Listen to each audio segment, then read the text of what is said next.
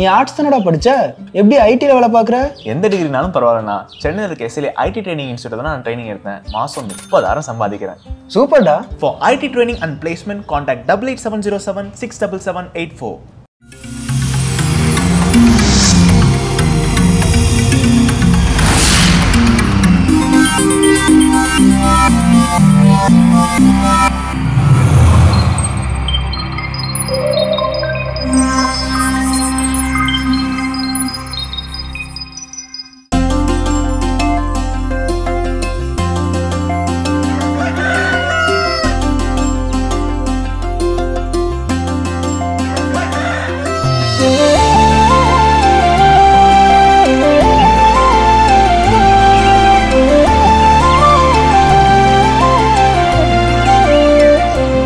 மாதா தொலைக்காட்சி அன்புள்ளங்கள் அனைவருக்கும் கடவுள் வணக்கம் நிகழ்ச்சியின் அன்பான வணக்கங்கள். வணக்கம் கல்பனா, எப்படி இருக்கிறீங்க? எஸ், நலமா இருக்கேன். நீங்க எப்படி இருக்கீங்க ஜோ? எல்லா நாள் பொழுது இன்றைய நாளும் ரொம்ப ரொம்ப மகிழ்ச்சி, உற்சாகத்தோட இருக்கும் இல்லையா? நான் இன்னைக்கு ஒரு பூனை எலி கதை கொண்டு வந்திருக்கேன். எஸ், இது புத்தி கெட்ட பூனை அப்படிதான் கதையோட பேரு. ஆனா இதுல ஒரு நல்ல தலைவரையும் நம்ம சந்திக்க முடியும் அப்படின்றது இந்த கதையினுடைய எண்டில் நம்ம தெரிஞ்சுக்கலாம். ஒரு பூனை ரொம்ப நாளா பார்த்துட்டு இருந்தது. ஆத்தோரங்களில் பாத்தீங்கன்னா எலி கூட்டங்கள் ரொம்ப மகிழ்ச்சியா வாழ்ந்துட்டு இருந்துச்சு. நம்மளுடைய பசிக்கு நல்ல ஏற நிறையவே இருக்கே அப்படின்னு சொல்லிட்டு அதுங்கிட்ட போய் பேசி மாயாஜால வார்த்தையெல்லாம் காமிச்சு சில எலிகளை கூட்டிட்டு போய் அப்படியே விளையாட்டே இருக்கும்போது அது என்ன பண்ணிடுச்சுன்னா ஒரு எலியா சாப்பிட ஆரம்பிச்சிச்சு. நல்லா சாப்பிட்டு நல்லா அது கொளுத்தும் போயிடுச்சு. நல்லா அப்படியே வசதி வாய்ப்போடு இருக்க மாதிரி அதுக்கான ஒரு ஃபீலும் கிடைச்சிச்சு. ஓகே, இன்னும் நிறைய எலி இருக்கு ஆத்தோரத்துல, நம்மளுக்கு இனிமேல் பட்டினி அப்படின்ற ஒரு விஷயமே நம்மளுக்கு இனிமேல் லைஃப்ல வராதுப்பா அப்படின்ற மாதிரி ஒரு எண்ணத்தோட இருந்தது. ஆனா அதுல இருந்த தலைவனா இருந்த ஒரு எலி இதை நோட்டம் விட்டுட்டே இருந்துச்சு. இது என்னடா இது, நம்மளுடைய எலிகளுடைய எண்ணிக்கை ரொம்ப குறைவாயிட்டே இருக்கு, இதை நம்ம கண்டுபிடிச்சே ஆகணும்னா ஒரு நாள் பூனை இந்த மாதிரி பண்ணதை அதை பார்த்து கண்டுபிடிச்சிருச்சு. சரி, ஓகே, நம்மளே போவோம் இன்னைக்கு அப்படி சொல்லிட்டு அதுக்கு முன்னாடி அவங்களுடைய கூட்டத்தை கூப்பிட்டு, நான் இன்னைக்கு போறேன், அந்த பூனையோட செயல் என்னன்றதை நீங்க இந்த ஆத்தோரத்துல மறைஞ்சிருந்து பாருங்க என்ன பண்ணுது அப்படின்னு சொல்லிட்டு சொல்றாரு. சொன்னோன்னு அப்படி அதுல நெகட்டிவா ஏதாவது ஒன்று தோணுச்சு அப்படின்னா நீங்க யாருமே இங்க இருக்கக்கூடாது, எல்லாரும் போயிடுங்க அப்படின்னு. அதே மாதிரி அதுவும் போச்சு. அது அதே மாதிரி மாயாஜால வார்த்தைலாம் கம்பி விளையாடி காட்டுறப்போ அதை சாப்பிட்டுருச்சு. அந்த எலியும் இறந்து போச்சு, அவ்வளோதான். ஆனால் அங்கே இருக்க அந்த கூட்டம் எல்லாமே காப்பாற்றப்பட்டது அந்த இடத்துல அப்படின்ட்டு. அதுக்கப்புறம் அந்த பூனைக்கு என்ன ஆச்சுன்னு பார்த்தீங்கன்னா உணவு கிடைக்கல. அது நல்ல எலியை சாப்பிட்டோன்னே அதுக்கு வெஜிடேரியன் பிடிக்காம போயிடுச்சு. அப்படியே பட்டினியோட இருந்து அதுவும் இறந்து போயிடுச்சு. ஸோ 2 காரியங்கள் இந்த கதையிலேருந்து நம்ம தெரிஞ்சுக்கலாம். ஒன்று, ஒரு நல்ல தலைவனாக இருக்கணும்னா தானே போய் அங்கே போயிட்டு இதுவாகிறது. இன்னொன்று பார்த்தீங்கன்னா புத்தி கெட்ட காரியங்களை குறித்து நம்ம ஏதாவது ஒரு விஷயம் செயல்படுறோம் அப்படின்னா கடைசியில் நம்மளுக்கும் இதுதான் நிலைமை, ஒன்றும் இல்லாமல் போய்விடும். நிச்சயமாக சிறப்பான நாள், சிறப்பான கதை, சிறப்பான சிந்தனை. இந்த சிந்தனையோடு இன்னைக்கு நாளை தொடங்கலாம். இப்போ ஆலய தரிசனம் பார்க்கலாம்.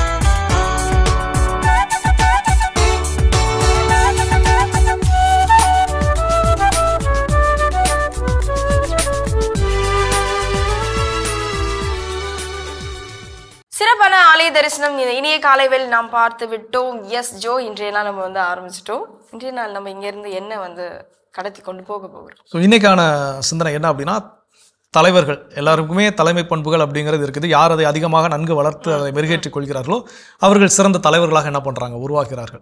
அப்போ அப்படிப்பட்ட தலைவர்கள் வாழ்க்கையில் பிரச்சனை இருக்காதான்னு கேட்டால் அவங்க வாழ்க்கையில் நிறைய பிரச்சனை இருக்கும்.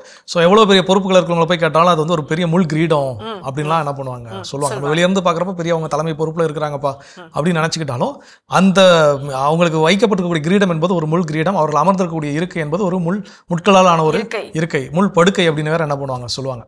ஸோ அப்படிப்பட்ட தலைவர்கள் எதிர்கொள்ளக்கூடிய சவால்கள் என்ன அப்போ அந்த விஷயத்தை நம்ம என்ன பண்ணணும், புரிந்து கொள்ள வேண்டும். விடுதியில் நான் மாணவனாக இருந்த பொழுது மேனேஜ்மெண்ட்டுக்கு எதிராக நிறைய குறைபாடுகளை நான் என்ன பண்ண வச்சிருந்தேன். ஸ்ட்ரைக் பண்ணும்போதெல்லாம் முதல்ல என்ன பண்ணுவோம், நிற்போம், சாப்பாடு சரியில்லை, அதை கொடுக்கல இதை கொடுக்கல அப்படிங்கிறதெல்லாம் செஞ்சிருக்குது. அதே விடுதியில் உதவி இயக்குனராக பொறுப்பேற்ற பிறகு இந்த பக்கம் இருக்கக்கூடிய ஸ்டோரி என்னங்கிறது தெரிய வந்துச்சு. அப்போ தெரியாதப்போ அதே மாதிரி பசங்க என்ன பண்ணுவாங்க, ஸ்ட்ரைக் பண்ணுவாங்க. எனக்கு என்னையே பார்த்த மாதிரி இருக்கும். சரி, நம்மளும் இப்படி தானே யோசிக்காமலாம் அந்த கூட்டத்தில் நின்றுக்கிறோம், கத்தியிருக்கிறோம் அப்படின்லாம் சில விஷயங்கள் தரும். அப்போ என்னன்னா, ஒரு இடத்துக்கு போன பிறகுதான் அதனுடைய பெர்ஸ்பெக்டிவ் கண்ணோட்டங்கள் என்ன அப்படிங்கிறதெல்லாம் தெரிய வருகிறது. அப்போ ஒருத்தர் பெரிய பொறுப்பில் இருக்கிறாங்க, நமக்கு தெரிந்த நண்பராக இருக்கும், நல்லா நம்ம கூட பேசி பழகி இருப்பாங்க. அப்போ ஒரு மிகப்பெரிய உயரிய ஒரு பொறுப்புகளுக்கு என்ன பண்ணியிருப்பாரு, போயிருப்பாரு. நம்ம ஃப்ரெண்டு தானே இருக்கிறான்னு சொல்லி நம்ம சிபாரிசுக்கோ எதுக்கோ ஒரு பரிந்துரைக்காக என்ன பண்ணியிருப்போம், போயிருப்போம். அந்த நேரத்தில் அவர் என்ன பண்ணியிருப்பாரு, அந்த பரிந்துரையை செஞ்சிருக்க மாட்டார். நம்ம வெளியே வந்து ஊரெல்லாம் சொல்லுவோம், அவன் பதவி கிடைச்சோன்னு ஆளே மாறிட்டான் அப்படின்னு சொல்லி முடிச்சிருவோம்.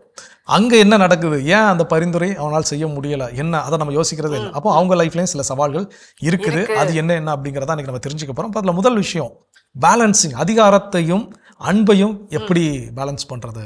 இப்போ ஒரு ஆசிரியர் ரொம்ப கண்டிப்பான ஆசிரியராக இருக்கிறாரு, அவர்கிட்ட அன்பே இல்லை அப்படின்னா அந்த ஆசிரியர் எல்லாருமே ரொம்ப கிட்ட நெருங்கிறதுக்கு என்ன பண்ணுவாங்க, பயப்படுவாங்க. அதே வேளையில் ஒரு ஆசிரியர் ரொம்ப அன்பா இருக்கிறாரு, ரொம்ப ஃபிளெக்சிபிளா இருக்கிறாரு, அப்போ அவருடைய அதிகாரத்துக்கு அடிபணிவாங்களான்னு கேட்டா அதுவும் கிடையாது. ரெண்டுமே ரொம்ப ரொம்ப ஆபத்தானது. அதிகப்படியான அதிகாரமும் ஆபத்தானது, அதிகப்படியான அன்பும் ஆபத்தானது. எதுலன்னா இந்த தலைமை பொறுப்புல இருக்கின்ற பொழுது. அப்போ ஒரு தலைவரா இருக்கிறவங்க வந்து இந்த ரெண்டுத்தையும் பேலன்ஸ் பண்ண தெரிஞ்சிருக்கணும். அவங்க சவாலே அதுதான், எந்த இடத்துல அதிகாரத்தை பயன்படுத்துவது, எந்த இடத்துல அன்பாக அதை எதிர்கொள்வது, இதை பேலன்ஸ் பண்றது பெரிய பிரச்சனை. இன்னும் இது போன்ற என்னென்ன சவால்கள் வந்து தலைவர்கள் மேற்கொள்றாங்க அப்படின்றத நம்ம இன்னும் தொடர்ந்து பேசுவோம். அடுத்த பகுதி பார்க்கலாம்.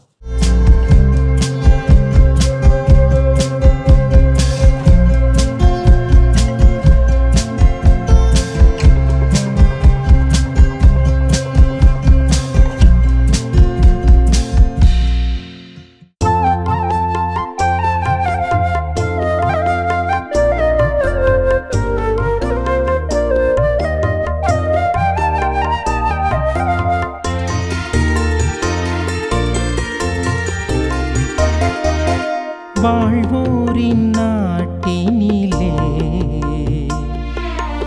ஆண்டவரின் நலன்களை காண்பே. வாழ்வோரின் நாட்டினிலே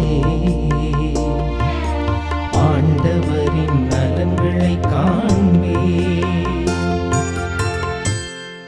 ஆண்டவரே என் ஒளி, அவரே என் மீட்பு. யாருக்கு நான் அஞ்ச வேண்டும்? ஆண்டவரே என் உயிருக்கு அடைக்கலம். யாருக்கு நான் அஞ்சி நடுங்க வேண்டும்?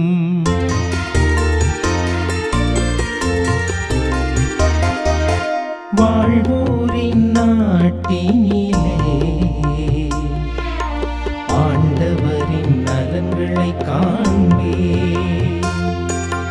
வாழ்வோரின் நாட்டினிலே ஆண்டவரின் நலன்களை காண்பே. நான் ஆண்டவரிடம் ஒரு விண்ணப்பம் செய்தேன், அதையே நான் நாடி தேடுவேன். ஆண்டவரின் இல்லத்தில் என் வாழ்நாள் எல்லாம் நான் குடியிருக்க வேண்டும். ஆண்டவரின் அழகை நான் காண வேண்டும். அவரது கோவிலில் அவரது திருவுளத்தை கண்டறிய வேண்டும்.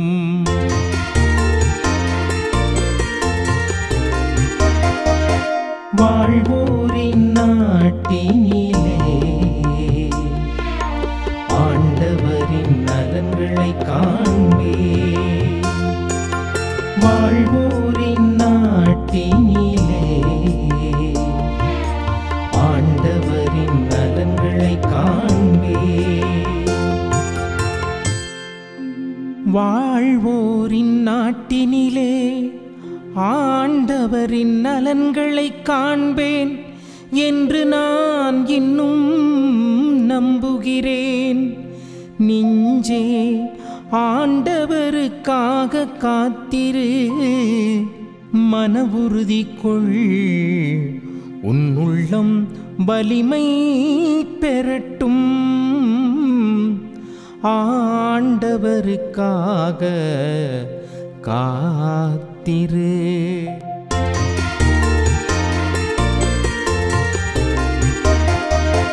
வாழ்வோரின் நாட்டினிலே ஆண்டவரின் நலன்களை காண்பே. வாழ்வோரின் நாட்டினிலே ஆண்டவரின் நலன்களை காண்பே. இறைமகன் இயேசு கிறிஸ்துவில் பிரியமுள்ள எனது அன்பு சகோதரிகளே, சகோதரர்களே, உங்கள் அனைவருக்கும் நம் ஆண்டவராக இயேசு கிறிஸ்துவின் அற்புத நாமத்திலே வாழ்த்துக்களையும் வணக்கங்களையும் தெரிவித்துக் கொள்கின்றேன். இன்றைய திருப்பாடலை பற்றி சொல்ல வேண்டும் என்று சொன்னால், தனிப்பட்ட நம்பிக்கை. அவ்வளவுதான். ஒரு தனி மனிதனுடைய நம்பிக்கையை எடுத்து கூறுகிற ஒரு திருப்பாடலாக இது இருக்கிறது. நம்பிக்கை அல்லது ஒப்புதல் வாக்கு மூலமாக கூட இதை எடுத்துக்கொள்ளலாம். அப்படி பார்க்கிற பொழுது இந்த திருப்பாடலின் ஆசிரியர் ஒளி, மீட்பு என்கிற இந்த 2 வார்த்தைகளை பயன்படுத்துகிறார். திருப்பாடல் 23:1 ஒப்பிட்டு பார்க்கிற பொழுது ஆயன் என்று சொல்லி அந்த நல்ல ஆயனாக ஒப்பிட்டு இந்த 2 திருப்பாடலும் இது ஒரு பலனை கொடுக்கிறதாக, கடவுள் மீது இருக்கிற நம்பிக்கையை வெளிக்காட்டுகிற திருப்பாடலாக இருக்கிறது. நம்பிக்கையின் முக்கியத்துவத்தை சுட்டி காட்டுகிறது. நாம் எந்த அளவிற்கு கடவுள் மீது நம்பிக்கை வைக்க வேண்டும். அப்படி கடவுள் மீது நம்பிக்கை வைக்கிறோம் என்று சொன்னால், அல்லது நம்முடைய நம்பிக்கையை அதிகப்படுத்த வேண்டும் என்று சொன்னால், கடவுளுக்கும் நமக்கும் ஒரு தொடர்பு இருக்க வேண்டும். அதை கடவுளோடு நாம் எப்படி தொடர்பு கொள்ள போகிறோம் என்பதுதான். நாம் எப்படி பேசுவது என்று நமக்கு தெரியாது என்று பலர் சொல்கிறார். ஆனால் சாதாரணமாக நம்முடைய வார்த்தைகளே போதும். 1 யோவான் 1:1 தெளிவாக சொல்கிறது, கண்ணால் கண்டோம், உற்று நோக்கினோம். அவ்வளவுதான். உற்று நோக்க வேண்டும். அந்த நற்கருணை ஆண்டவரை உற்று நோக்குகிற பொழுது அவரோடு நாம் பேசுகிறோம், அவர் நம்மோடு பேசுகிறார், இருவரும் புரிந்து கொள்வோம். அவ்வளவுதான். இதைவிட மிகப்பெரிய ஜெபம், மிகப்பெரிய காரியம் ஒன்றும் இல்லை என்று கூட சொல்லுகிற அளவிற்கு அந்த உற்று நோக்குதல் என்கிற இந்த ஒரே வார்த்தையிலே அனைத்தும் அடங்கிவிடுகிறது. அப்படி பார்க்கிற பொழுது அந்த கண்ணால் பார்த்து நம்முடைய இருளை போக்க வேண்டும். அந்த இருள் என்கிற வார்த்தையை ஏன் திருப்பாடலின் ஆசிரியர் பயன்படுத்த வேண்டும் என்று சொல்லி பார்க்கிற பொழுது, எதிரிகள், பயம், இந்த 2ஐயும் வைத்துத்தான் இந்த திருப்பாடலின் ஆசிரியர் இதை தெளிவாக சுட்டி காட்டுகிறார். எதிரிகள் நம்மை சூழ இருக்கிற பொழுது அந்த பயம் இருக்கும். அந்த பயம் என்பது ஒரு இருளாக கண்டிப்பாக இருக்கிறது. அந்த இருளில் நாம் இருக்கிற பொழுது நாம் எதையும் பார்க்க முடியாது. அந்த இருள் நம்மை விட்டு போக வேண்டும் என்று சொன்னால் இந்த மீட்பு நம்மை வந்தடைய வேண்டும். இறைவனுடைய மீட்பு நமக்கு கொடுக்கப்பட்டிருக்கிறது. விலையில்லாமல், இனாமாக, இலவசமாக கொடுக்கப்பட்டிருக்கிறது. அந்த மீட்பை பெற்றுக்கொண்டால் மட்டுமே போதும். எனவேதான் இந்த மீட்புக்கு அவ்வளவு முக்கியத்துவம் இருக்கிறது. இதில் 4வது இறைவார்த்தை மிக தெளிவாக சுட்டி காட்டுகிறது. ஒற்றை மன ஏக்கத்தை இது சுட்டி காட்டுகிறது. ஒரே ஒரு தனி ஆளுடைய ஒரு ஏக்கம். அது என்ன ஏக்கம்? 5 வார்த்தைகள். மிக முக்கியமாக பார்க்கிற பொழுது 3 வார்த்தைகளோடு நாம் நிறுத்திக் கொள்ளலாம். குடியிருக்க வேண்டும், அழகை காண வேண்டும், திருவுளம் கண்டடைய வேண்டும். இந்த 3 வார்த்தைகள் தான். இந்த 3 வார்த்தைகளிலே அனைத்தையும் திருப்பாடலின் ஆசிரியர் சொல்லிவிட்டார். விண்ணப்பிக்கிறார், எதிர்பார்த்து காத்து கொண்டிருக்கிறார். அவ்வளவுதான். குடியிருக்க வேண்டும். எங்கே? ஆண்டருடைய இல்லத்திலே கொஞ்ச நேரமாவது இருக்க வேண்டும். அந்த இல்லத்தை சூழ இருக்கிற இடத்திலே அவர்கள் குடியிருக்க வேண்டும். ஆண்டருடைய அழகை காண வேண்டும். இந்த இறை பிரசன்னத்திலே அவர் மகிழ்ந்திருக்க வேண்டும். அதாவது அந்த இறை பிரசன்னத்திலே இருக்கிற பொழுது, அவரை உற்று நோக்குகிற பார்க்கிற பொழுது, கண்ணார காண்கிற பொழுது அந்த இறை திருவுளத்தை நாம் கண்டறிய முடியும் என்பதை திருப்பாடலின் ஆசிரியர் தெளிவாக சுட்டி காட்டுகிறார். இது எங்கே நிறைவடைகிறது? கிறிஸ்துவில் மட்டுமே நிறைவடைகிறது. அப்பரச வடிவிலே நாம் அவரை உற்று நோக்குகிறோம். அதிலே அவர் மெய்யாகவே எழுந்தருளி இருக்கிறார். எனவேதான் இது என்றைக்குமே நாம் எதிர்நோக்கி காத்து கொண்டிருக்கிறோம். திருப்பலியிலே பங்கெடுத்தோம் என்று சொன்னால் அந்த அளவிற்கு உன்னதமானதாக இருக்கிறது. நூலில் இருக்கிற எல்லா சக்திகளையும் நம்முள் கொண்டு வருகிற ஆற்றலை திருப்பலி நமக்கு கொடுக்கிறது என்பதை எந்த சூழ்நிலையிலும் நாம் மறந்துவிடக்கூடாது. அப்படி நாம் நற்கருணை ஆண்டவரை உற்று நோக்குகிற பொழுது நற்குணம், நல்ல விஷயம், இந்த ரெண்டையுமே நாம் கற்றுக்கொள்கிறோம். இந்த நல்ல குணத்தை நாம் என்றைக்கும் இழந்துவிடக்கூடாது. நல்ல விஷயத்தை நாம் மற்றவர்களுக்கு கற்றுக் கொடுக்க வேண்டும். வாழ்வோரின் நாட்டிலே நான் ஆண்டவரின் நலன்களை காண்பேன். இப்ப இங்கேயே நான் பார்ப்பேன், வேறு எங்கேயும் இல்லை. நான் எந்த இடத்திலே, எந்த நாட்டிலே, எந்த ஊரிலே வாழ்கிறோம், யாரையும் தனிப்பட்ட விதத்திலே சொல்லவில்லை. பொதுவாக வாழ்வோரின் நாட்டில் எங்கெல்லாம் மக்கள் வாழ்கிறார்களோ அங்கெல்லாம் கண்டிப்பாக இந்த ஆண்டவருடைய உதவியை நாம் கண்டடைகிறோம் என்பதை எந்த சூழ்நிலையிலும் நாம் மறந்துவிடக் கூடாது. இந்த எதிரிகள் நம்மை சூழ்ந்து நிற்கிற பொழுது கண்டிப்பாக நாம் பயப்படுவோம். அந்த பயமானது நமக்கு பதட்டத்தை கொடுக்கிறது, ஒரு எரிச்சலை கொடுக்கிறது, நம்முடைய வாழ்வினுடைய ஒரு நிலையில்லாத தன்மையை சுட்டி காட்டுகிறது. ஆனால் இந்த நற்குணமும் நல்ல விஷயமும் ஆண்டவர் நமக்கு கற்றுக் கொடுக்கிற பொழுது கண்டிப்பாக அது ஒரு வேறு வழியிலே நம்மை வழி நடத்துகிறது. இந்த வேறு வழி என்ன?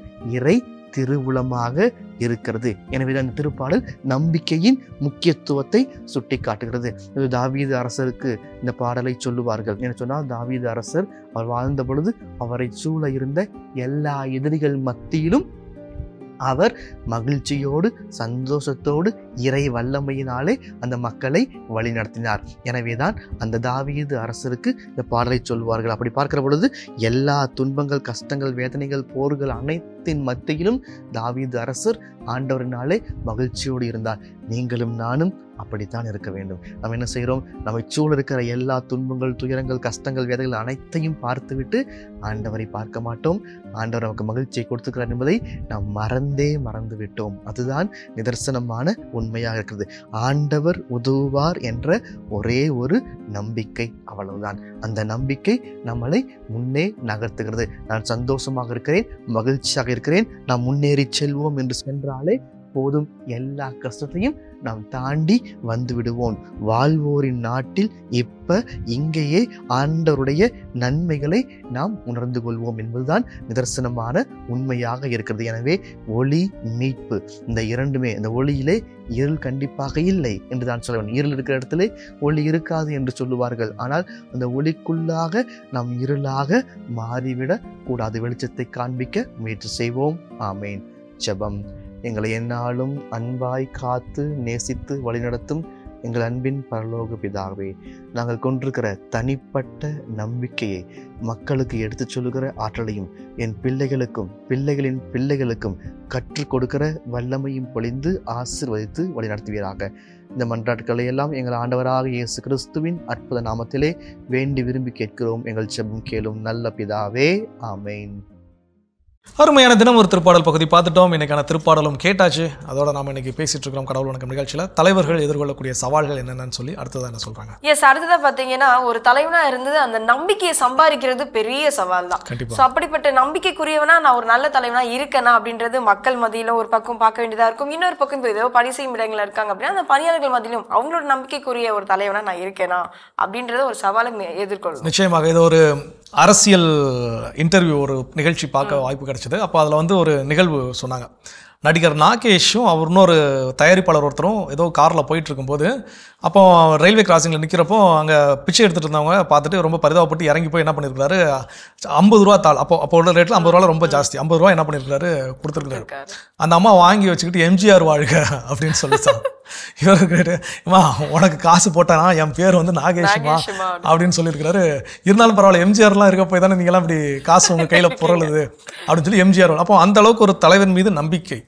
ஸோ அப்போ அந்த நம்பிக்கையை சம்பாதிக்கிறது ரொம்ப ரொம்ப கஷ்டம், கடினம். அதை ஒரு தடவை பெற்றுக்கொண்டோம், ஒரு தடவை சம்பாதிச்சிட்டோம் அப்படின்னா இதே மாதிரி அந்த நம்பிக்கையை யாராலையும் அசைக்கவே முடியாது. அது உண்டு. அப்போ அதை பெற்றுக்கொள்வதும் கடினம், அதை தக்க வைக்கிறதும் ரொம்ப ரொம்ப கடினம்.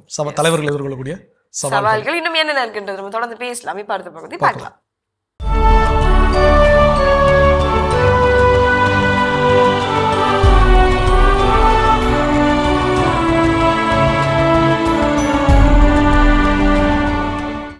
நவம்பர் 6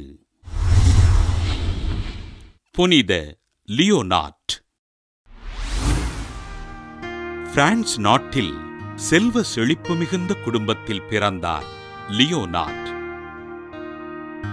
கிபி 496ஆம் ஆண்டு ரீம்ஸ் நகர ஆயர் ரெமிஜியஸ் அவர்களால் திருமுழுக்கு பெற்ற இவர் சிறுவயது முதல் இறைபக்தியில் சிறந்து விளங்கினார். பிரான்ஸ் நாட்டில் சிறையில் அடைக்கப்பட்டிருந்தவர்களைக் கண்டு மனம் வருந்திய லியோனார்ட் சிறை கைதிகளுக்காக அரசரிடம் பரிந்து பேசி அவர்களும் இறைவன் பிள்ளைகள் என்பதை எடுத்துக் கூறினார். அரசரின் நண்பரான இவரை அரசன் ஆயராக உயர்த்த விரும்ப இதனை மறுத்த லியோனார்ட் மைசி என்னும் இடத்தில் இருந்த துறவு மடத்திற்குச் சென்று துறவிகள் மெஸ்மின் மற்றும் லீ ஆகியோரின் வழிகாட்டுதலின்படி இறைப்பணிகளைச் செய்தார். பிரான்ஸ் நாட்டு மக்களுக்கு ஆண்டவரின் நற்செய்திகளை அறிவித்து மக்களை மனம் திருப்பிய லியோனார்ட் லிமோசின் வனப்பகுதிக்குச் சென்று தனிமையில் இறைவனை தியானித்தார். பேறுகால வேதனையில் துன்புற்ற பிரான்ஸ் அரசியினை தன் பரிந்துரை ஜெபத்தினால் நலமடையச் செய்த லியோனார்ட் அரசி பரிசாக அளித்த இடத்தில் துறவு மடத்தினை கட்டி எழுப்பி ஆண்டவரின் பணிகளைச் செய்தார். சிறையில் இருந்த நிரபராதிகள் தங்களது விடுதலைக்காக இவரிடம் மன்றாட சிறை கைதிகள் சங்கிலிகள் உடைந்து விடுதலை பெற்றனர். துயருறுகின்ற மக்களுக்கு புதுமைகள் செய்து அவர்களின் துன்பங்களை நீக்கிய லியோனார்ட் கிபி 559ஆம் ஆண்டு விண்ணகம் சென்றார். தன்னிடம் வேண்டுதல் செய்பவர்களுக்காக ஆண்டவரிடம் பரிந்து பேசி அற்புதங்களைச் செய்த அருட்தந்தை லியோனார்டை திரு அவை புனிதராக உயர்த்தி அரசியல் கைதிகளின் பாதுகாவலராக அறிவித்தது. புனித லியோனார்ட் திருவிழாவினை கொண்டாடுகின்ற நாம் எந்த தவறும் செய்யாமல் சிறையில் துன்புறுகின்ற சகோதர சகோதரிகளுக்காக ஆண்டவரிடம் ஜெபிப்போம். சிறப்பான இன்றைய புனிதர் பகுதி நம்ம பார்த்துட்டோம் ஜோ. இன்றைய நாளில் வந்து தலைவர்கள் அவர்கள் எதிர்கொள்ளும் அந்த சவால்கள் என்னென்ன அப்படின்றது தான் பார்த்துட்டு இருக்கோம். அடுத்ததாக தலைவர்கள் எதிர்கொள்ளக்கூடிய சவால்கள் என்ன அப்படின்னு பார்த்தீங்கன்னா சில கடினமான முடிவுகள். அப்போ அந்த முடிவுகளுக்கு ஏகப்பட்ட விமர்சனங்கள் எல்லாமே என்ன பண்ணும் வரும் நிச்சயமாக. அப்போது அந்த முடிவுனால் ஒரு ஏதோ ஒரு நல்ல விளைவுகள் என்ன பண்ணும் அது ஏற்படுத்துவதாக இருக்கும். பட் அதை எதிர்கொள்வது ரொம்ப கடினமாக இருக்கும். மக்கள் மீது சுமத்தப்பட்ட ஒரு சுமையாக இருக்கலாம். ஏதோ ஒன்று இப்போ நம்ம அலுவலகங்கள் அப்படின்னு எடுத்துக்கிட்டாலும் அலுவலகத்தில் ஒரு முடிவு எடுக்கிறாங்க. அப்போ அந்த கடினமான முடிவை அந்த மேலதிகாரி எடுத்து சொல்கிறப்போ அது எல்லா பணியாளர்களுக்கும் பிடித்தமான ஒன்றாக இல்லாமல் கூட என்ன பண்ணலாம் இருக்கலாம். அப்போ அதனால் விளையக்கூடிய எதிர்ப்புகளை சம்பாதிக்கிறது இதெல்லாம் இருக்குது. அதுக்காக கடினமான முடிவுகளை எடுக்க மாட்டாங்களான்னு கேட்டால் எடுத்துதான் ஆக வேண்டும். அதுதான் தலைவர்கள் எதிர்கொள்ளக்கூடிய சவால்கள். இன்னும் என்ன சவால் இருக்கின்றது தொடர்ந்து பேசலாம். அடுத்த பகுதி பார்க்கலாம்.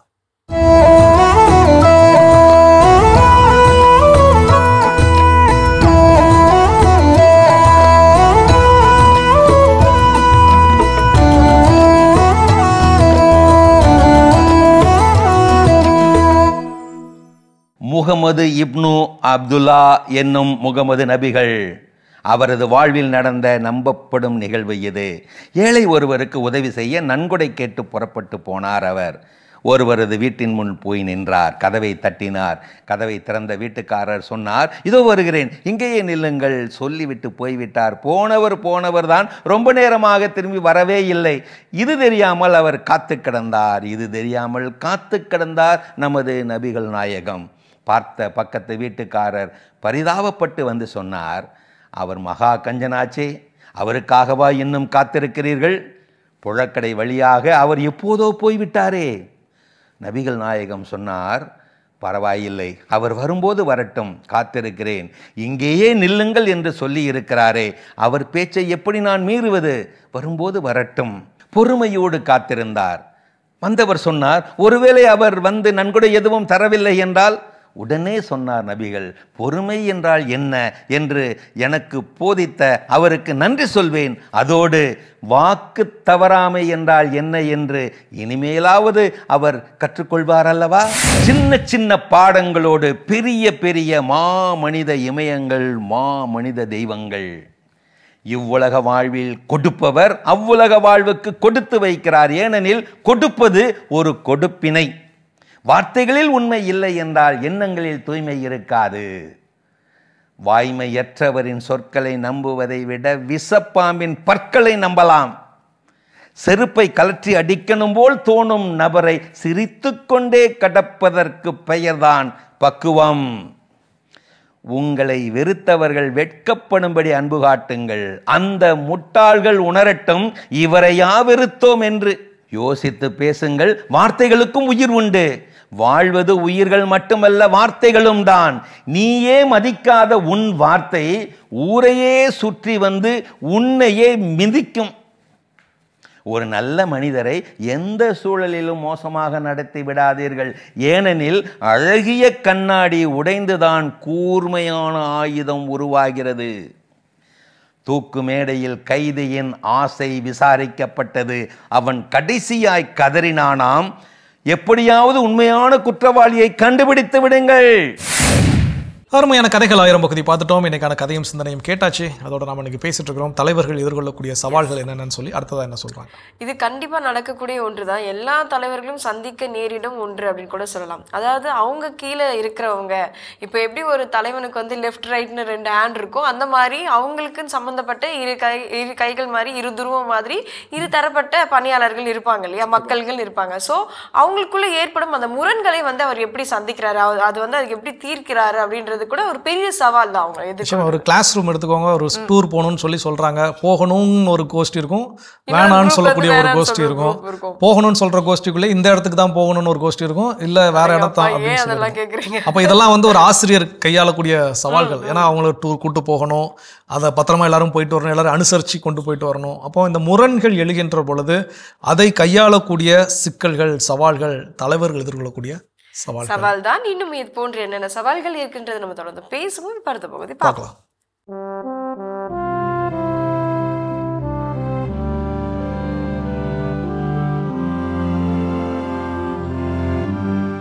அன்புக்குரியவர்களே, ஆண்டவர் இயேசுவின் இனிய திருப்பெயரில் உங்களை அன்போடு வாழ்த்துகின்றேன். இயேசுவின் ஆளுமை என்னும் தொடரில் இயேசுவின் மதிப்பீடுகளின் படிநிலை.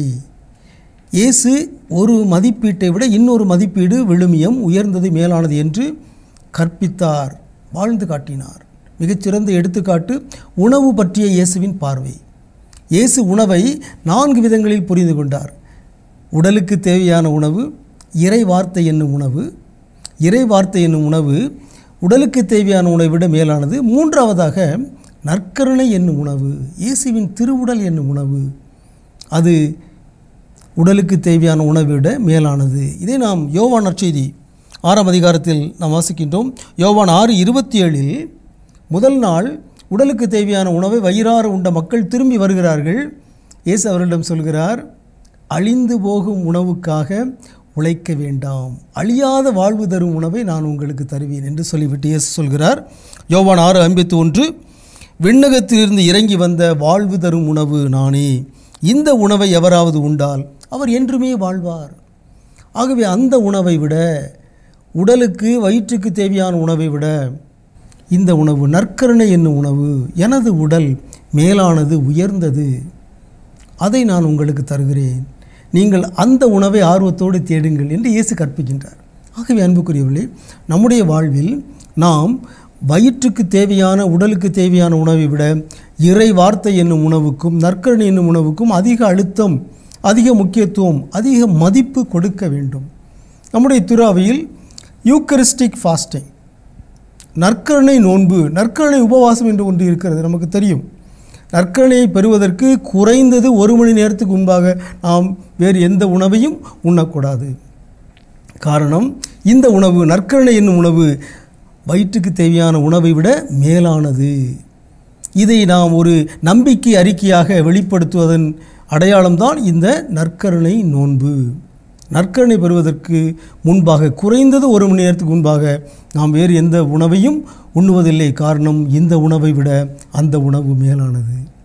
இதுவே இயேசுவின் போதனை, இதுவே இயேசுவின் வாழ்வு, இதுவே இயேசுவின் ஆளுமை. நாமும் இந்த உணவு என்னும் மதிப்பீட்டை ஒரு படிநிலையாக பார்க்க வேண்டும்.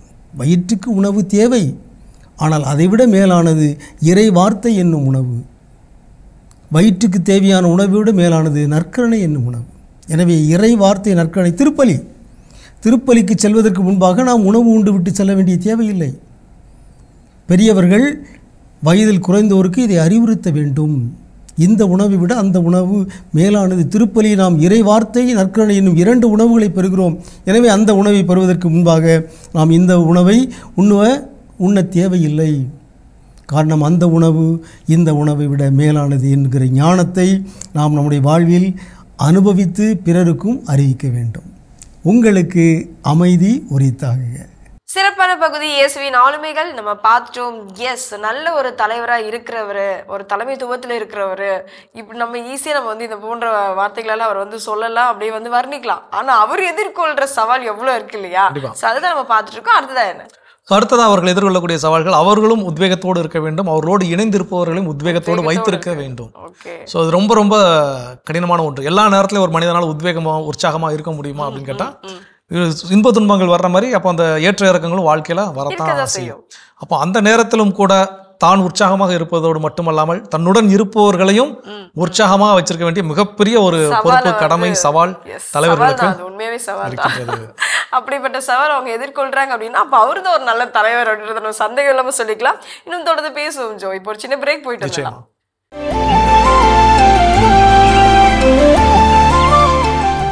நிகழ்ச்சிக்குள் உங்களை மீண்டும் அன்புடன் வரவேற்கின்றோம். நீங்கள் பார்த்து கொண்டிருப்பது மாதா தொலைக்காட்சியின் கடவுள் வணக்கம். ஸோ சிறப்பான நாளில் பேசிட்டு இருக்கிறோம். கல்பனா, நல்ல தலைவர்கள் எதிர்கொள்ளக்கூடிய பெரிய பெரிய சவால்கள் என்னென்னு சொல்லி அடுத்தது என்ன சொல்றாங்க? மாற்றங்கள், அதாவது மாற்றங்களுக்கு ஏற்றாற் போல தன்னைத்தானே மாற்றிக்கொள்வதும் அவர்கள் எதிர்கொள்ளும், அதாவது ஒரு நல்ல தலைவன் எதிர்கொள்ளும் பெரிய சவால் அப்படின்றது தான். அது காலநிலை மாற்றங்களா இருக்கலாம், இல்லைன்னா தன்னிலை மாற்றங்களா இருக்கலாம், இல்லைன்னா அவர் எதிர்கொள்ளும் அந்த மக்களுடைய மாற்றங்களா இருக்கலாம். எதுவாக இருந்தாலும் அதை எதிர்கொள்ளும் அந்த சவால் இருக்கலாம். அது பெரிய விஷயம் தான். நிச்சயமா ஒரு நேரத்தில் தூக்கி வைப்பாங்க, ஒரு நேரத்தில் தூக்கி போடுவாங்க. ஸோ என்ன மாற்றங்கள் எதனால் நடக்கும்? டெக்னாலஜிக்கு ஏற்றாற் போல தன்னை மாற்றிக்கொள்ள வேண்டும். சில நேரங்களில் அப்படிப்பட்ட தலைவர்கள் இன்னைக்குள்ள டெக்னாலஜி யூஸ் பண்றப்ப அதை நக்கலா பேசக்கூடிய விஷயமும் இருக்குது. இவருக்கு வயசு என்னாச்சு பாரு, இப்போ உட்காந்து இதெல்லாம் பயன்படுத்திட்டு இருக்காரு, இவருக்குலாம் இன்ஸ்டாகிராம்னா என்னன்னு தெரியுது, ஃபேஸ்புக்னா என்னன்னு தெரியுது, ஏதோ ஒரு சில விஷயங்கள் நம்ம நக்கல் பண்றது கூட என்ன பண்றோம் சொல்றோம் இல்லைங்களா? ஸோ இது எல்லாமே அவர்கள் ஒரு மாற்றங்கள் அப்படிங்கிற விஷயங்கள் கூட தலைவர்கள் எதிர்கொள்ளக்கூடிய சவால் தான். இன்னும் இது போன்ற சவால்கள் என்ன இருக்குன்னு நம்ம இன்னும் தொடர்ந்து பேசுவோம். இப்போ அடுத்த பகுதி பார்க்கலாம்.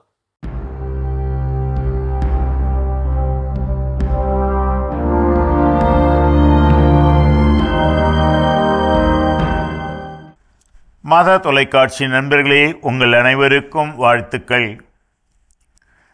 வாழ்விலே மகிழ்ச்சியோடும் நிறைவோடும் இருக்க என்ன வழி?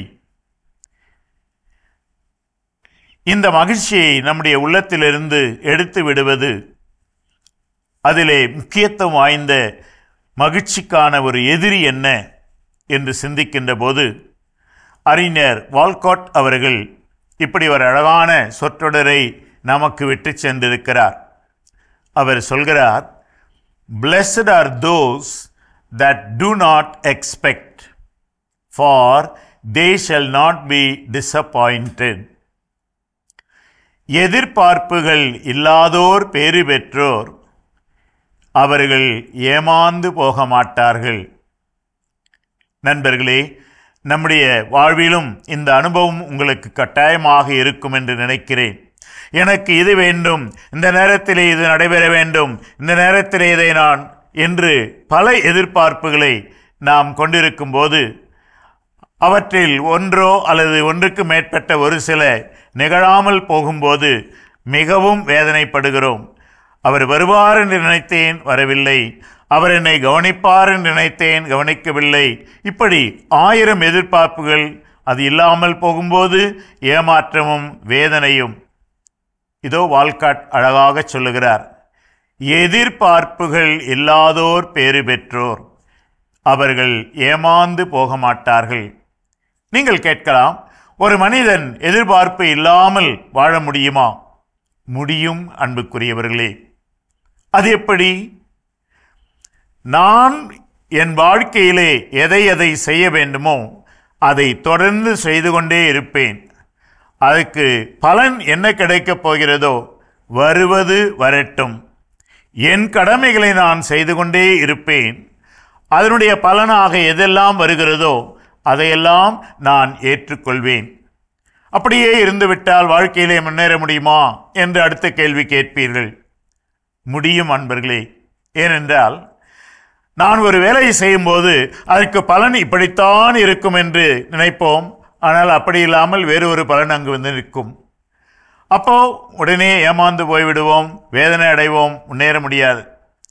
அதற்கு பதிலாக வருவது வரட்டும், செய்வதை நான் செய்து கொண்டே இருப்பேன் என்றால் அதற்கு ஒரு பலன் கிடைத்தவுடனே எந்த திசையிலிருந்து அந்த பலன் வந்ததோ அதை பற்றி கொண்டு நான் இன்னும் என்னுடைய வேலைகளை தொடர்ந்து செய்தால் என் வாழ்வுக்கு ஒரு வழி பிறக்கும். எனவே இந்த சொற்றொடரை மனதில் வைத்து வாழுங்கள். எதிர்பார்ப்புகள் இல்லாதோர் பேறு பெற்றோர். அவர்கள் ஏமாந்து போக மாட்டார்கள். ஏமாறாத மனிதர்களாக நீங்களும் வாழ உங்களை அன்போடு வாழ்த்துகிறேன். மிக சிறப்பான பகுதி ஆன்றோர் வாக்கு நம்ம பார்த்துட்டோம். எஸ், தலைவராக இருக்கிறவங்க என்னெல்லாம் வந்து எதிர்கொண்டுட்டு இருக்காங்க, அவங்களுடைய சவால்களை அப்படின்னு பார்த்துட்டு இருக்கோம். அந்த வகையில் அடுத்ததாக அடுத்ததாக தலைவர்கள் அப்படிங்கிறப்ப நம்ம ஆண்டவர் இயேசு கிறிஸ்து ஒரு சிறந்த தலைவருக்கான எடுத்துக்காட்டு. அவருடைய லைஃப்லயும் இந்த பிரச்சனைகள் எல்லாம் சவால்கள்லாம் இருந்துச்சு. அடுத்து சொல்லக்கூடிய சவாலும் அதே தான். அவங்க ஒரு கிரிட்டிசிசம், யாராவது நம்மளை கிரிட்டிசைஸ் பண்றாங்க, இல்லை நம்மளுடைய தோல்விகளை விமர்சிக்கிறார்கள் அப்படின்னா அதை எதிர்கொள்வதும் அதை கையாளுவதும் வந்து ஒரு பெரிய சவால் தான். இயேசு கிறிஸ்து போய் வந்து சீசருக்கு வரி செலுத்துவது முறையா, இல்லை சில கடவுளுக்கு வரி செலுத்துவது முறையா, ஏதாவது ஒன்று சொல்லுங்க அப்படின்னா அவங்க என்னன்னா சரி ஒரு கார்னர் பண்ணி சீசர்னு சொல்லிட்டாருன்னா கடவுளை பழிச்சிட்டாயா அப்படின்னு சொல்லி சொல்லலாம், பிளேம் பண்ணலாம். இல்லை கடவுளுக்கு தான் கொடுக்கணும்னு சொல்லிட்டாரு அப்படின்னா சீசருக்கு எதிராக பேசிட்டாருன்னு என்ன பண்ணலாம், பிளேம் பண்ணலாம். ஸோ இதுதான் அவங்களுடைய நோக்கத்தோடு கேள்வி கேட்டது. இவர் சிம்பிளாக சீசருக்கு கடவுளுக்குரியதை கடவுளுக்கு என்ன பண்ணுங்க கொடுங்க. இப்போ யார் பக்கமும் என்ன ஆகாது, பிளேம் பண்ணார். அப்போ அந்த கிரிட்டிசைஸ் பண்ணுறதையும் ஹேண்டில் பண்ண தெரிஞ்சிருக்கணும்.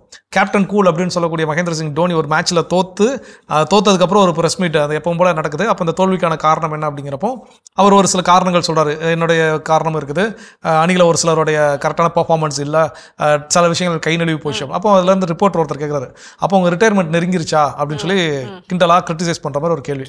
அந்த கேள்வி கேட்ட பத்திரிகையாளரை மேலே கூப்பிட்டு வாங்க வந்து உட்காருங்க அப்படின்னு சொல்லிட்டு, நான் நல்லா விளாண்டனா, எனக்கு நல்லா ஓடனா, என் ரன்னிங் பிட்வீன் விக்கெட்ஸ் எப்படி ஸ்பீடாக இருந்துச்சா எல்லாம் கேட்டார். ஆமாம், அப்போ உங்களுக்கு ஆன்சர் கிடச்சிருச்சு, நான் ரிட்டையர்ட் ஆகிறதுக்கு டைம் இருக்குங்கிறது நீங்களே என்ன பண்ணுறீங்க சொல்லுங்க. ஸோ அப்போ சில நேரங்கள் கோவமூட்டும் வண்ணமும் கிரிட்டிசைஸ் வரும், அழுகை ஏற்படுத்தும் வண்ணமும் கிரிட்டிசைஸ் வரும். கையாளணும்ன்றது தான் அவர்கள் எதிர்கொள்ளக்கூடிய சவால். எஸ், நம்ம இன்னும் தொடர்ந்து பேசலாம். அடுத்த பகுதி பார்க்கலாம்.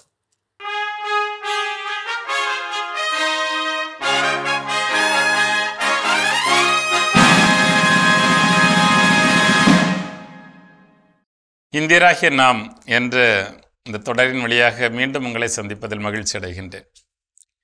ஆளுநரை பற்றி பார்த்து கொண்டிருக்கிறோம். பிரிவு 163 ஆளுநருக்கு தன்னுடைய அமைச்சரவையை கலந்தாலோசிக்க உரிமையை பற்றி மிக தெளிவாக பேசுகிறது. ஏனென்றால் ஆளுநர் ஒரு மிகப்பெரிய பதவி, அரசியலமைப்பு சட்டத்தால் உருவாக்கப்பட்ட பதவி. இருந்தாலும் அவர் ஒரு மாநிலத்தில் செயல்படுகிற பொழுது அந்த மாநில முதலமைச்சரின் கீழ் அமைந்திருக்கின்ற அமைச்சரவையினுடைய ஆலோசனையை பெற்று அந்த ஆலோசனையினுடைய பெயரில் தான் அவர் செயல்பட வேண்டும் என்பதை அரசியலமைப்பு சட்டம் மிக தெளிவாக சொல்லுகிறது.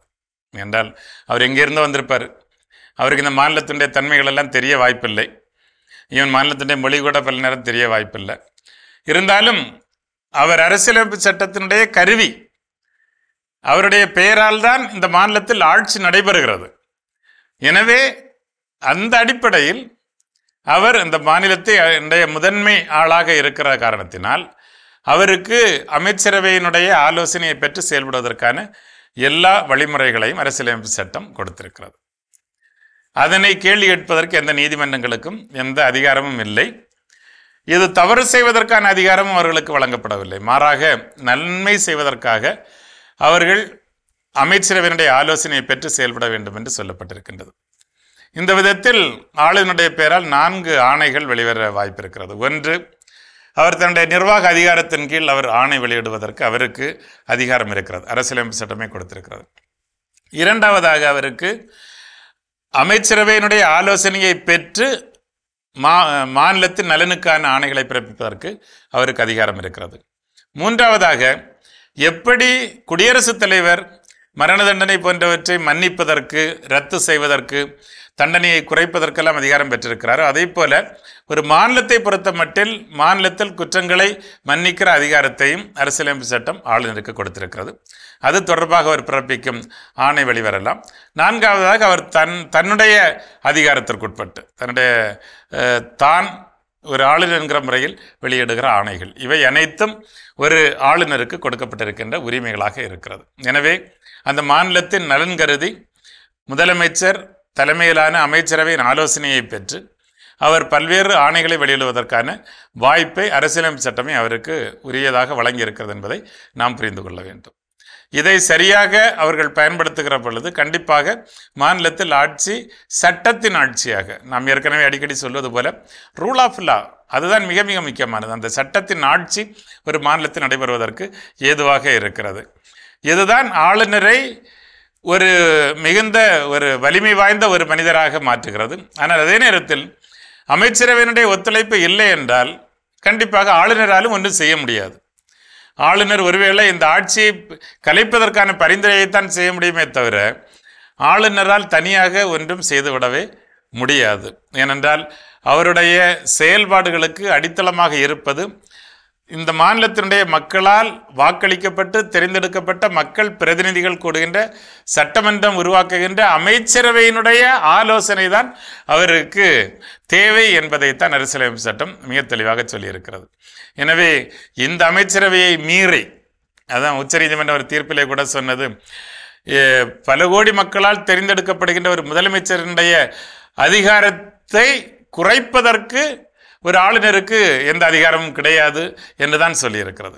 அதிலிருந்தே நாம் புரிந்து கொள்ளலாம், தேர்ந்தெடுக்கப்பட்ட ஒரு அரசு, மக்களினுடைய விருப்பத்தால் தேர்வால் தெரிந்தெடுக்கப்பட்டிருக்கின்ற ஒரு அரசு ஒரு மாநிலத்தில் செயல்படுகிற பொழுது அந்த மாநிலத்தினுடைய வளர்ச்சிக்காக, நன்மைக்காக, நலனுக்காக, அமைதிக்காக ஆளுநர் அந்த ஆலோசனையை கேட்டு செயல்படுத்த வேண்டும். அதில் நீதிமன்றங்கள் எதுவும் தலையிட முடியாது என்பதை பற்றி மிக தெளிவாக அரசியலமைப்பு சட்டம் வரையறுத்து சொல்லியிருக்கிறது. எனவே இப்போது நமக்கு புரியும் என்று நினைக்கிறேன். ஆளுநர் எவ்வளவுதான் அதிகாரம் படைத்தவராக காட்டப்பட்டாலும் அடிப்படையில் அவர் அமைச்சரவையினுடைய ஆலோசனையை ஏற்றுக்கொண்டு செயல்பட வேண்டும் என்பதும் அத்தியாவசியம் என்பதை நாம் புரிந்து கொள்ள வேண்டும். இந்த நாள் உங்களுக்கு இனிய நாளாக அமைய வாழ்த்துகிறேன். நன்றி, வணக்கம். சிறப்பான இந்தியராகிய நாம் பகுதி பார்த்துட்டோம். அதோட இன்னைக்கு நம்ம பேசிட்டு இருக்கிறோம் தலைவர்கள் எதிர்கொள்ளக்கூடிய சவால்கள் என்னென்னு சொல்லி. அடுத்ததான் என்ன சொல்றாங்க? எஸ், இது எல்லா தலைவர்கள், அதாவது பெரிய பெரிய தலைவர்களுக்கு உரித்தான ஒரு செயல் அப்படின்னு கூட சொல்லலாம், ஒரு மகத்தான செயல். இதை எதிர்கொள்வது ஒரு பெரிய சவால் தான். அப்படி என்னப்பா அப்படின்னு பார்த்தீங்கன்னா, எல்லோரையும் ஒன்று போல் பார்ப்பது, எல்லோரையும் ஒன்றிணைத்து வேலை செய்வது. ஸோ அவர்களுக்கு இப்போ ஒருத்தவங்களுக்கு ஒரு வேலை கொடுக்குறாங்க, அந்த கண்ணோட்டம் அது எப்படிப்பட்டதாக இருக்கணும் அப்படின்னா அது ஒன்று போல் இருக்க வேண்டும். இதை நம்ம எதிர்கொள்றது அப்படின்னு பார்த்தா ஒரு தலைவருடைய பெரிய சவால் தான். கண்டிப்பாக இதை சொல்லும் போது எனக்கு ஃபாதர் அண்ணாசாமின்னு சொல்லி எங்களுடைய பங்குல கோயில்பட்டியில் ஒரு ஃபாதர் இருந்தார், இறந்துட்டாரு. அவர்கிட்ட எங்கள் ஊரில் மக்கள் நம்ம பங்கு அப்படிங்கிறப்போ இப்போ எனக்கு பிடிக்காதவங்களை பற்றி நான் என்ன பண்ணுவேன், அவர்கிட்ட போய் குறை சொல்லுவேன். அதே மாதிரி என்னை பிடிக்காதவங்க என்னை பற்றி என்ன பண்ணுவாங்க, போய் குறை சொல்லுவாங்க. இது போல் எங்கள் ஊரில் எல்லா ஊர்லேயும் நடப்பது போல் அங்கேயும் நடந்துச்சு. ஏதாவது ஒரு சில கிறிஸ்மஸோ இல்லை நியூ இயரோ ஏதோ ஒரு சில மாஸ் செலிப்ரேஷன் வச்சா இந்த இடம் இந்த அன்பியத்துக்குலாம் கொடுக்காதீங்க, அவங்க அப்படி இப்படி பண்ணுறாங்க அப்படின்னு ஏதாவது ஒன்று சொல்லுவாங்க. யாராவது போய் சொல்லுவாங்க. இவர் எல்லாரும் சொல்கிறது என்ன பண்ணுவார், காது கொடுத்து கேட்பார், எல்லாரும் சொல்கிறேன் கேட்பார். ஆனால் எதுவுமே என்ன பண்ண மாட்டார், அப்படியா சரியா எதுவுமே சொல்ல மாட்டார். அவருக்கு என்ன தோணுதோ அதை கரெக்டாக யாருக்கு என்னென்ன வேலைகளை கொடுக்க வேண்டுமோ. இப்போ நான் போய் இவங்களுக்கு இந்த வேலையை கொடுத்துறாதீங்கன்னு சொன்னால் ஒருவேளை அந்த வேலையை அவர் செய்யக்கூடிய சிறந்த நபராக இருக்கலாம். அது அவருக்கு தெரிஞ்சிச்சுன்னா அந்த வேலையை அவர் தான் செய்வார். நான் சொல்றதை என்ன பண்ணுவார், அதே நேரத்தில் காது கொடுத்து கேட்பார். எனக்கு என்ன அப்படின்னா ஒரு நம்பிக்கை, என்ன விஷயம் நமக்கு சொல்றவங்களுக்கு என்ன தோணிடும்னா, நான் சொல்லிட்டேன் அப்பாடா நம்ம சொல்ல வேண்டிய விஷயத்த சொல்லியாச்சு, அப்போ கண்டிப்பாக ஃபாதர் பார்த்து வரும். ஆனால் இங்கே வேலை செய்கிறப்ப யாருன்னு பார்த்தா நான் வேலை செஞ்சாங்களா இல்லைங்கிற கவனம் எனக்கு என்ன ஆகாது, போகாது. ஏன்னா யார் வேலை செய்கிறா என்னன்னு எனக்கு தெரியாது. நான் குறை சொல்றது மட்டும் தான் என் வேலையை என்ன பண்ணுறேன் வச்சிருக்கிறேன். ஸோ அப்போ அப்படி இருக்கையில் அதை கையாளக்கூடிய விஷயம். ஏன்னா இது எனக்கு இந்த பங்குல இவங்களும் வேணும் அவங்களும் வேணும். நான் ஏதாவது ஒரு வேலைகள் செய்யக்கூடிய ஒரு திறமையை அவர் கண்டறிஞ்சிருக்கலாம். அப்போ அந்த வாய்ப்பு வர்றப்போ அதை எனக்கு என்ன பண்ணுவார், கூப்பிட்டு கொடுப்பாரு. ஸோ அப்போ இது போல ஒரு தலைவர்கள் எல்லோரையும் அனுசரித்து எல்லோரையும் ஒன்றிணைத்து வழி நடத்தி செல்வது மிகப்பெரிய சவால். எஸ், நம்ம இன்னும் தொடர்ந்து இதை பற்றி பேசுவோம். அடுத்த பகுதி பார்க்கலாம்.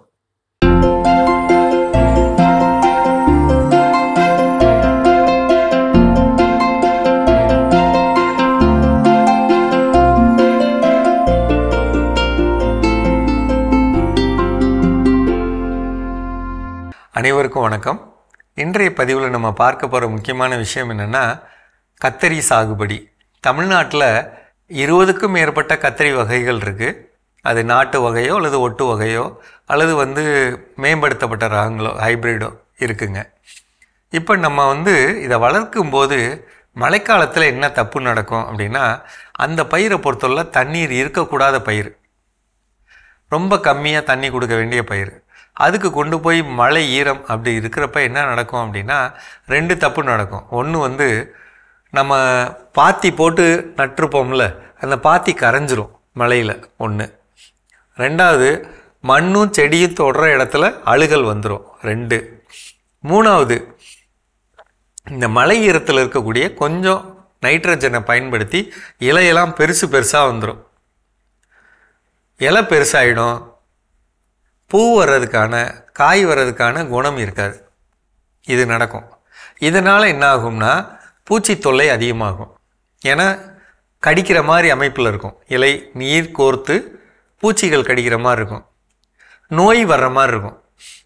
அப்போ இதெல்லாம் சரியாகணும்னா ஒரு சில முக்கியமான காரியங்கள் பண்ணணும். கீழே வடிகால் எடுத்து விட்டு தண்ணி முறையாக வெளியே போகிறத உறுதிப்படுத்தணும் 1. 2வது முடிஞ்ச அளவுக்கு 200 லிட்டர் தண்ணியில் 15 நாளைக்கு ஒரு முறை 200 லிட்டரில் 1 litre Trichoderma viride, 1 litre Paecilomyces, humic அமிலம் 1 கிலோ அல்லது 2 லிட்டர், கடல் பாசி உரம் 1 லிட்டரு, இது கலந்து கீழே தரையில் ஊற்றணுங்க.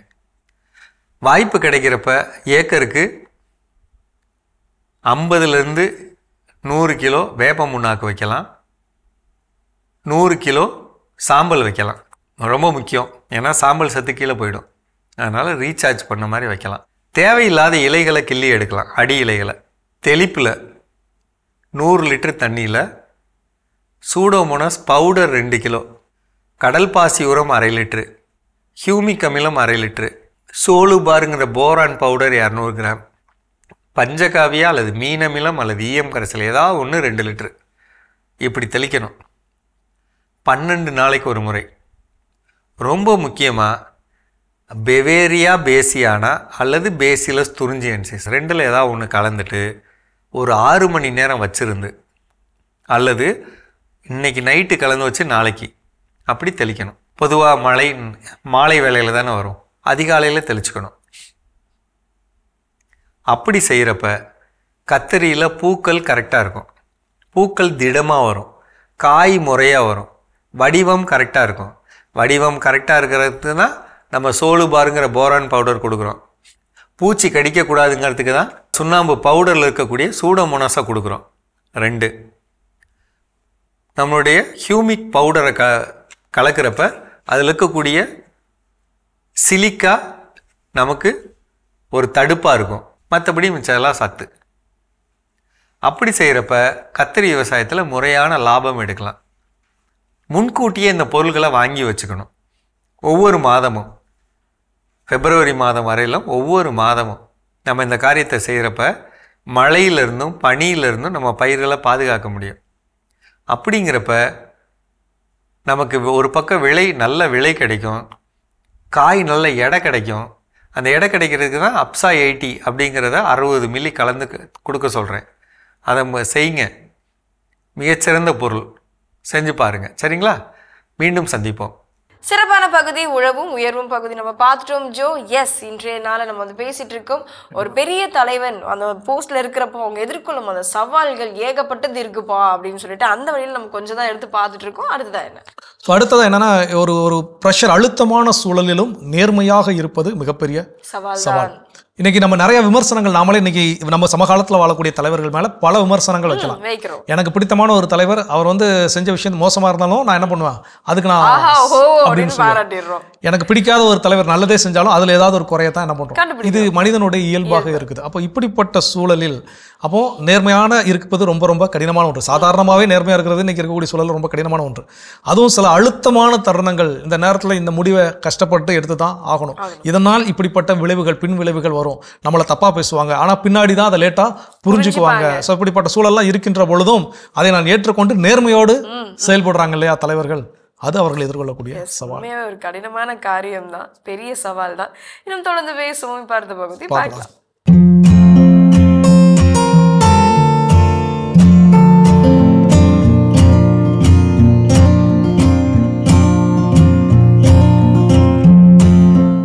உலகெங்கும் வாழும் மாதா தொலைக்காட்சி நேயர்களுக்கு வணக்கம். இன்றைய நிகழ்ச்சியில நம்ம பார்க்க போறது, ஏன் நம்ம காலில் மறுத்து போகுது, பிளட் சர்க்குலேஷன் குறையுது, கால், பாதம், விரல்கள் இதெல்லாம் உங்களுக்கு எரிச்சல், அதுக்கப்புறம் நம்னஸ், பிளட் சர்க்குலேஷன் இல்லாமல் இருக்கிறது, இதை எப்படி இம்ப்ரூவ் பண்ணுறது, அதை பற்றி இன்னைக்கு பார்க்கலாம்.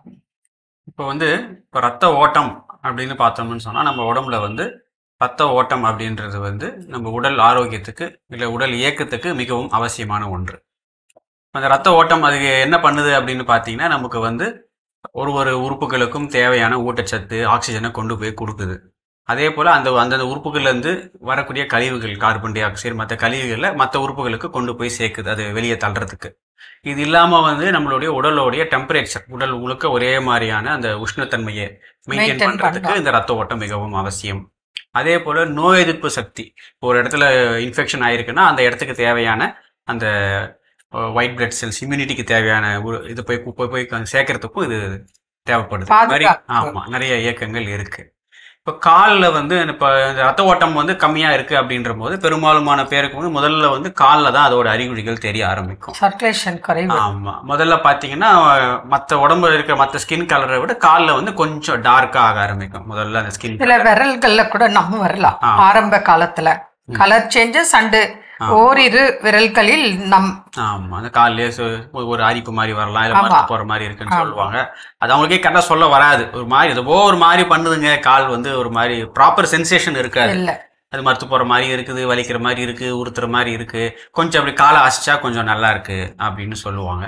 இது இயல்பாவே நமக்கு இருக்கக்கூடிய விஷயம்தான். இப்போ நம்மளே இப்போ கார்ல போயிட்டு இருக்கோம் அப்படின்னா ஒரு அரை மணி நேரம் ஒரே பொசிஷன்ல உட்காந்துட்டு இருப்போம். அப்போ நமக்கு என்ன ஆகும், கொஞ்சம் அப்படி மாறி உட்காரலாம், சேஞ்ச் பண்ணி உட்காரலாம், கொஞ்ச நேரம் காலை மடக்கி உட்காருவோம், கொஞ்ச நேரம் காலை நீட்டி உட்காருவோம். இதெல்லாம் இயற்கையாவே அந்த ரத்த ஓட்டத்தை திரும்ப சீர்படுத்துறதுக்கு நம்மள அறியாம நம்ம செய்யக்கூடிய விஷயங்கள், மூமெண்ட்ஸ் பண்ணிட்டே இருப்போம்.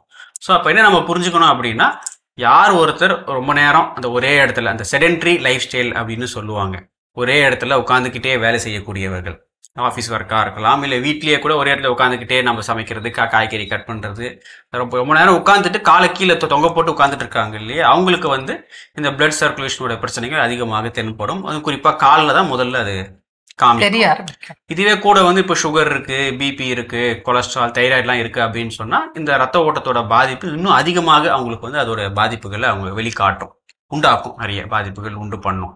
இப்போ மெயினாக பார்த்தீங்கன்னா நம்ம ரத்த ஓட்டம் அப்படின்ற போது அதுக்கு ரத்த ஓட்டம் சீராக இருக்கிறதுக்கு மெயின் ஃபங்க்ஷன் மெயின் மோட்டர் அப்படின்னு சொன்னால் நம்மளுடைய இதயம். அதுதான் அந்த ரத்த ஓட்டத்தை பம்ப் பண்ணிட்டே இருக்கு. இது நம்பர் 1 ஆர்கன். நம்பர் 2 ஆர்கன் எது அப்படின்னு பார்த்தீங்கன்னா நம்மளுடைய காஃப் மசில் அப்படின்னு சொல்லக்கூடிய கணுக்கால் அப்படின்னு சொல்லுவோம் அந்த பகுதி. ஆமாம், இந்த ஃபுட்பால் பிளேயர்ஸ்க்கெலாம் பார்த்தா தெரியும், அந்த கண்டக்கால் அப்படியே பெருசாக இருக்கும். அது பெரிஃபெரல் ஹார்ட், இரண்டாவது இதயம் அப்படின்னு பேர். நம்ம நடக்கும் போதெல்லாம் ஏன்னா நம்ம நடக்கும்போது நேராக நின்றுட்டு இருப்போம். அப்போ அந்த புவியீர்ப்பு சக்தினால ரத்தம் கீழே போகிறது ஈஸியாக போயிடும், கீழேருந்து மேலே வர்றதுக்கு கொஞ்சம் கஷ்டப்படும். அப்போ முழுமையாக மேலே இருக்கிற ஹார்ட்டே அது மேலே இழுக்கிறதுக்கு கொஞ்சம் கஷ்டம். அப்போ நம்ம நடக்கும்போது அந்த காஃப் மசில் கீழே இருக்கக்கூடிய பம்பு மாதிரி அந்த மசில் சுருங்கும் போது கீழே இருக்கிற ரத்தத்தை மேலே அப்படி அமுத்தி விடும். அப்போ ஈஸியாக அது மேலே போயிடும். அதுதான் நமக்கு அந்த வாக்கிங்கோட முக்கியமான ஒரு பெனிஃபிட். அதனால தான் நம்ம நிறைய பேருக்கு சொல்றது, இந்த மாதிரி ரொம்ப நேரம் தொங்க போட்டு உட்காராதீங்க, இல்லை ரொம்ப நேரம் ஒரே மாதிரி நிற்கிற மாதிரி இருக்கிற பொசிஷன் இருந்தாலுமே நடக்கிறது ரொம்ப ரொம்ப முக்கியம். இது இந்த கால், பாதம், ரத்த ஓட்ட குறைவுனால நம்னஸ் இது ஒரு பக்கம். இந்த பிளட் சர்க்குலேஷன் கீழே போனது மேல் நோக்கி வர தடையா இருக்கும் போது நமக்கு வெரிகோஸ் வெயினும் வர்றதுக்கு முக்கிய காரணம் இதுதான். அந்த வெரிகோஸ் வெயின், டயபெட்டிஸ் இது மாதிரி பிரச்சனைகள்னால இந்த ரத்த ஓட்டம் தடைப்பட்டு அந்த பிரச்சனைக்கு அதிகமாக உண்டு போகணும். இது முக்கியமாக கவனிக்க வேண்டியது என்னன்னா, சின்னதா ஒரு புண்ணு வந்துட்டா கூட ரொம்ப பெரிய பிரச்சனை. ஆறாது, அப்படியே புண்ணு பெருசாயிட்டே போகும். கடைசியில பாத்தீங்கன்னா அந்த கால் விரலோ இல்லை அந்த சம்பந்தப்பட்ட ஏரியாவே மொத்தமா கட் பண்ணி எடுக்கிற மாதிரி ஆயிடும். ஸோ அதனால ரொம்ப கவனமா இருக்கணும். ஒரு ஆக்டிவ் லைஃப், ரெகுலர் வாக்கிங் போறதோ, அந்த காலை மடக்கி நீட்டி உட்கார்றது. இப்போ வீட்லயே இருக்கிறாங்க அப்படின்னு சொன்னா காலை ரொம்ப நேரம் கீழே தொங்க போட்டு உட்காரத்துக்கு பதில் காலை நீட்டி உட்காரலாம் கொஞ்சம் நேரம், காலை மடக்கி உட்காரலாம் கொஞ்சம் நேரம். ஆஃபீஸ்லயுமே அதே மாதிரி கொஞ்சம் நடக்கலாம், ஸ்டெப்ஸ் ஏறி இறங்கலாம், மூமெண்ட்ஸ் இருக்கலாம். நல்லா இருக்கும்போது நல்ல சைக்கிள் ஓட்டலாம், ரன்னிங், ஜாக்கிங், வாக்கிங், ஏதாவது பிசிக்கல் ஆக்டிவிட்டிஸ் இருக்கணும். நிச்சயமா வயதான காலத்துல அட்லீஸ்ட் ஸ்டெப்ஸ் போடுறதோ இல்ல கொஞ்சம் அடிப்படி ஏறி இறக்குறது இல்ல நார்மல் வாக் பண்றது இல்ல இருந்த இடத்துல இருந்து ஸ்டெப்ஸ் போடலாம். அப்போ உங்களுக்கு அந்த சர்க்குலேஷன் நல்லா இருக்கும். அதே போல வந்து உடல் எடையும் வந்து ரொம்ப முக்கியமான விஷயம் இந்த பிளட் சர்க்குலேஷனுக்கு. எவ்வளோக்கு எவ்வளோ உடல் பருமன் அதிகமாக இருக்கோ அவ்வளோக்கு அவ்வளோ வந்து அந்த பிளட் சர்க்குலேஷனுடைய பாதிப்புகள் அதிகமாக உண்டாக்கும். ஸோ உடல் எடை அதிகமாக இருக்கிறவங்க வந்து உடல் எடையை நார்மல் வீட்டுக்கு கொண்டு வரதுக்கு முயற்சி பண்ணணும், கண்டிப்பாக செய்யணும். உடல் எடையை குறைச்சிங்கன்னு நான் சொன்னாலுமே அந்த பிளட் சர்க்குலேஷன் இம்ப்ரூவ் ஆகும். ஒரு பக்கம் உடல் எடையை குறைக்கிறதுக்கு எக்ஸசைஸ் பண்ணுவீங்க. இப்போ இதுல வந்து நம்ம சில மருந்துகளை கொடுத்து உணவு, உடற்பயிற்சி எல்லாம் நம்ம சொல்லி அட்வைஸ் பண்றோம் பேஷண்ட்க்கு. அப்ப பாத்தீங்கன்னா ஏற்கனவே கால் மறுத்து போயிருக்கு, நம்னஸ், வலியெல்லாம் தெரியாது. பட் நம்ம ட்ரீட்மெண்ட்ல அவங்க சொல்லுவாங்க இப்ப எனக்கு காலில் வந்து வலி தெரிகிறது. அப்ப அந்த நம் போய் சர்க்குலேஷன் தெரிய ஆரம்பிக்கிற அளவுக்கு தூண்டுது. அப்ப அந்த வலி தெரியுது அப்படின்னு சொல்லுவாங்க. அப்புறம் இதுல இன்டர்னல் எக்ஸ்டர்னல் ட்ரீட்மெண்ட் இருக்கு. அந்த சில ஆயில்கள் அப்ளை பண்ணும்போது அந்த கலர் சேஞ்சஸ், அதாவது டார்க்னஸ் போய் நார்மல் கலர் வருது. அதுக்கப்புறம் அந்த நம்னஸ் போயிட்டு அந்த வலியே உணர்ச்சியே இல்லாம இருந்தவங்களுக்கு வலி வருது அப்படின்னு சொல்றாங்க. அந்த அளவுக்கு மருந்துகளும் உடற்பயிற்சியும் உணவும் வேலை செய்கிறது. அதனால இந்த மாதிரி பிரச்சனைகள் இருக்கு அப்படின்னு சொல்லி கவலைப்படாமல் உடனே ஆரம்பத்திலேயே இந்த பிரச்சனைகள் தெரியும் போதே நீங்க மருத்துவர்களை அணுகி அதுக்கு சரியான முறை பிரகாரம் ட்ரீட்மெண்ட் எடுத்தீங்கன்னா இதுவும் குணமாக்கி கொள்ள முடியும். என்ன நேர்களே, மீண்டும் நாளை சந்திப்போம். நன்றி. அன்னை மரியே வாழ்க. அருமையான நம்ம ஒரு வைத்திய பகுதி பார்த்துட்டோம். நிகழ்ச்சியோட நிறைவுக்கும் வந்தாச்சு. ஸோ இன்னைக்கு நாளில் நம்ம பேசிட்டு இருக்கிறோம் கடவுள் வணக்கம் நிகழ்ச்சியில் தலைவர்கள் எதிர்கொள்ளக்கூடிய சவால்கள் என்னென்னு சொல்லி அடுத்ததா என்ன சொல்லுங்க. ஒரு நல்ல தலைவனுடைய அந்த கண்ணோட்டம், அந்த அழகு அப்படின்றது எதை வந்து சொல்லுவாங்க அப்படின்னு பார்த்தீங்கன்னா, நான் இருந்தாலும் இல்லை என்றாலும் என்னுடைய வேலை இங்கே, அதாவது மக்களுடைய சேவையா அது வந்து சிறப்பாக எப்பவுமே நடைபெறும் அப்படின்றது தான். அப்போ அதை அவர் என்ன செய்யணும் அவரோட அப்படின்னா, அவர் இல்லை அப்படின்னா அந்த இடத்துல வேற ஒருத்தர் வந்து இருக்கணும். அப்போ இருக்கிற அளவுக்கு அவர் ஒருத்தர் வந்து தேர்ந்தெடுத்துட்டு போகணும். கண்டிப்பாக தேர்ந்தெடுத்திருக்க வேணும். முக்கியமாக உருவாக்கி இருக்க வேண்டும். தனக்கு பின் தனக்கான வழித்தோன்றலை உருவாக்குதல் தான் ஒரு நல்ல சிறந்த தலைவனுக்கான அழகு. ஆனா அது ரொம்ப சவாலான ஒன்று. ஏன்னா தேர்ந்தெடுத்தலே பயங்கரமான போட்டி. இப்போ ஒரு அரசியல் அப்படின்னு எடுத்துக்கிட்டா ஒரு தலைவருக்கு பின்னால் அடுத்து வரக்கூடிய தலைவருக்கு பலவித போட்டிகள் அப்படிங்கிறது இருக்கும். அப்போ அதுல முறையறிந்து யார் மக்களுக்கான தலைவர், யார் தன்னுடைய கொள்கைகளோடு ஒத்திருக்கக்கூடியவர், இதெல்லாம் கண்டறிந்து அவர்களை வளர்த்தெடுப்பது மிகப்பெரிய சவால். ஸோ தலைவராக இருப்பது ஒன்றும் எளிதான விஷயம் கிடையாது. இதை நாம் ஏன் இன்னைக்கு இந்த வாய்ப்பை நமக்கு கடவுள் கொடுத்துருக்காரு அப்படின்னா, இன்னைக்கு நம்ம சமகாலத்தில் வாழக்கூடிய தலைவர்களை யார் இத்தகைய சவால்களை எதிர்கொண்டு சரிவர மக்களின் தலைவராக இருக்கிறார்கள் என்பதை நாம் என்ன பண்ணணும், உணர்ந்து கொள்ள வேண்டும். ஸோ அதை பகுத்துணர்வதற்கு இன்னைக்கு ஒரு வாய்ப்பை கடவுள் கொடுத்திருக்கிறார். கடவுளுக்கு நன்றி சொல்லி இன்னைக்கு நாளில் யாரெல்லாம் விழா கொண்டாடுறாங்கன்னு பார்க்கலாம்.